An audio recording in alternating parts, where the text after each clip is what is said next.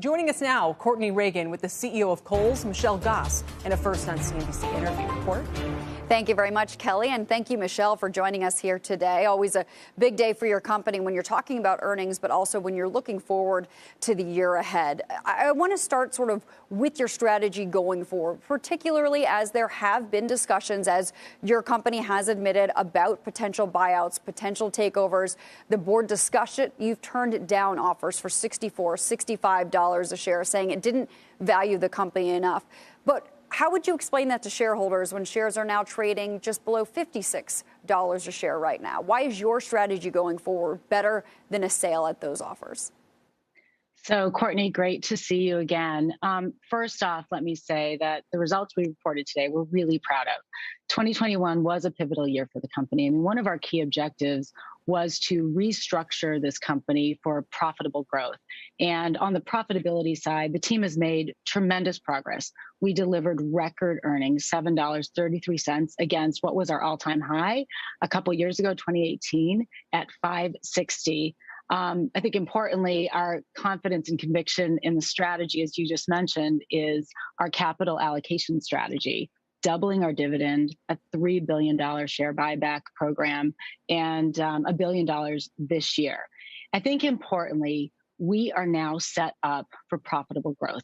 We have initiatives that we've never had before. So as we look ahead, Sephora, I mean, we've guided the year 2 to 3%. Sephora is delivering mid-single digit growth. That alone will give us a lot of tailwind on top of our active initiative, the new brands and the like.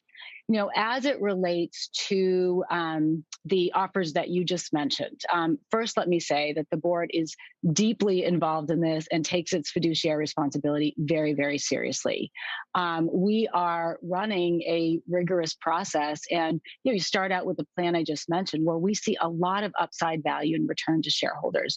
The board is testing and measuring other paths up against this plan. We've retained Goldman Sachs. We are highly engaged, both in terms of the bids coming in as well as doing proactive outreach. So let me just say that the board's taking a thoughtful approach. But I'll end where I started, which is we have great conviction in our strategy, the guide we put out, and the capital allocation that we're going to return back to shareholders. Yeah, you mentioned that, obviously increasing the dividend. You're doing this buyback program. Have you had discussions directly with some of your biggest shareholders about the board slate that you put up compared to the board slate that the activists put up? Do you believe that shareholders are sticking with Kohl's vision? Well, what I would say, Courtney, is I talk to our shareholders all the time, and we have a lot of their support. They like our capital return allocation strategy, believe in our strategies ahead. And as it relates to the board, I mean, what I can tell you is we have an incredible board.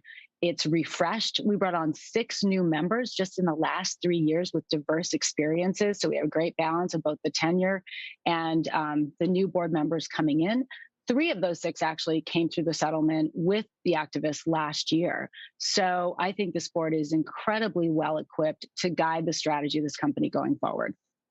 Michelle, your inventory you mentioned on the call didn't come in as planned, largely due to what was going on with the supply chain and the disruption therein, particularly affecting the women's category, which is very important to you. But you do believe that once that normalizes, you can better capture that demand again. I guess my question is, how do you ensure that customer will come back, that they weren't disappointed in looking for something that wasn't available in the most recent quarter?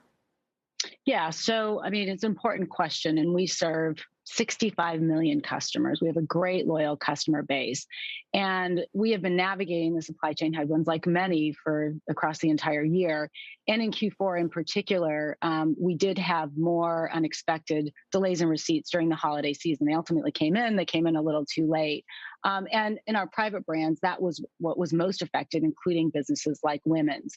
I will tell you, we've done a lot of course correcting Team got after it last fall in terms of our spring receipts. Those are flowing in. We also are more bullish on the year. I mean, we just guided 2 to 3%. So as you'd imagine, our merchants are buying lots of inventory to fulfill that, though we'll continue to maintain those great disciplines. And in the women's business in particular, it's early days in the year. I mean, we did share that we expect the full year to be positive, 2 to 3% overall, and that will likely build as our Sephora shops are built out.